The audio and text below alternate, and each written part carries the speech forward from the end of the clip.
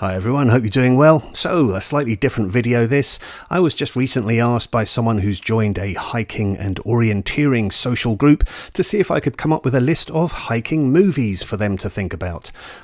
So actually, when you think about it, there doesn't seem to be too many movies that are just safely about hiking. Most of them have got perilous danger or survival elements involved. But let's just have a quick look at this and see what we can find.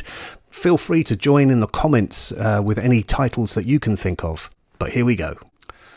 So 3 that come to mind, which are, I think, fairly safe in terms of just actually being all about walking and the kind of human condition and what you might discover when you're actually doing a walk. And those movies are Wild with Reese Witherspoon, directed by Jean-Marc Vallée, where Reese Witherspoon's character, Cheryl Strayed, walks the Pacific Crest Trail. And then we have Robert Redford as Bill Bryson and Nick Nolte in A Walk in the Woods, where they walk the Appalachian Trail. And then another nice one, which stars Martin Sheen and it's directed by Emilio Estevez, is The Way, which is about walking the Camino de Santiago in the Pyrenees. And then when it comes to family-friendly movies, definitely one I'd recommend is this Disney movie, Third Man on the Mountain, which is all set in the Swiss Alps and involves a young man whose father died trying to climb the Matterhorn, and he attempts to do it himself. Now, maybe not so much hiking involved in this one, but yeah, this is definitely a good one for children. My Side of the Mountain, which is a very adventurous film about a young boy who's very interested in nature and reads up a lot, and then quite confidently decides that he's just going to leave his parents and go and live off in the wilds. And so he hikes off into the mountain and sets up camp in the forest by himself and learns to survive by himself. So a good little survival one, this, and yeah, it's really, really entertaining. But to my knowledge, those are about the safest movies you can find when it comes to hiking. Everything else involves elements of danger. Now, in A Lonely Place to Die, this one starts off being a hiking movie with the use of ropes and crampons as well to do a bit of rock climbing, but very quickly things get out of hand when they reach the top of a precipice and then discover something that they weren't supposed to see, and it becomes then a brutal thriller. And of course, if you're heading off into the wilderness, then you might want to be careful about what wildlife you might come across. And certainly bears are a big deal when it comes to the movies. And we have Richard Harris here in Man in the Wilderness. And this ends up being a survival thriller after he's mauled by a bear. And this was the inspiration for The Revenant as well. And then also in the Pacific Northwest, we have the film Backcountry, which also involves a bear pursuing a couple of hikers. And it's not always just bears. In The Day of the Animals, all the wildlife goes crazy due to strange atmospheric events involving the ozone layer.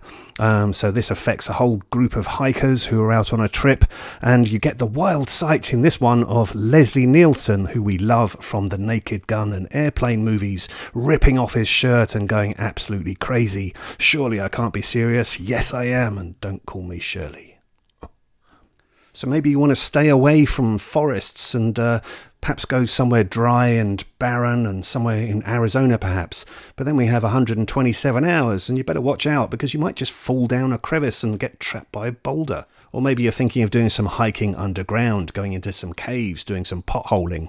But when it comes to the movies, I don't know that's a good idea when you look at movies such as The Cave and The Descent. So maybe you want to just stay out of the wilderness and stick in the cities.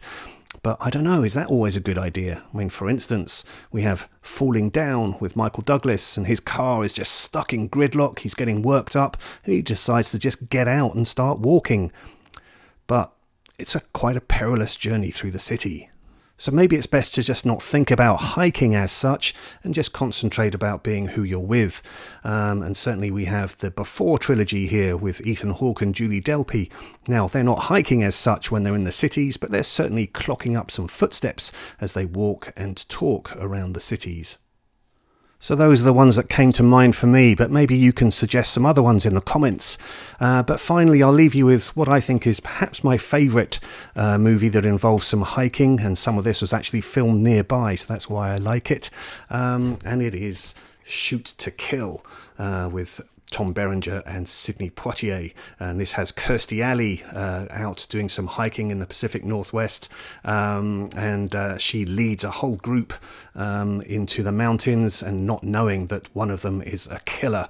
And then we have cop Sidney Poitier on the trail with Tom Berenger as the husband of Kirstie Alley. This is a really fun thriller, and you do get to see lots of mountain footage in this one. So perhaps overall this would be my recommendation, but like I say, for the safe walking side of things, then go back to The Way and A Walk in the Woods, and maybe Wild, although Reese Witherspoon certainly has some trials and tribulations on that trek.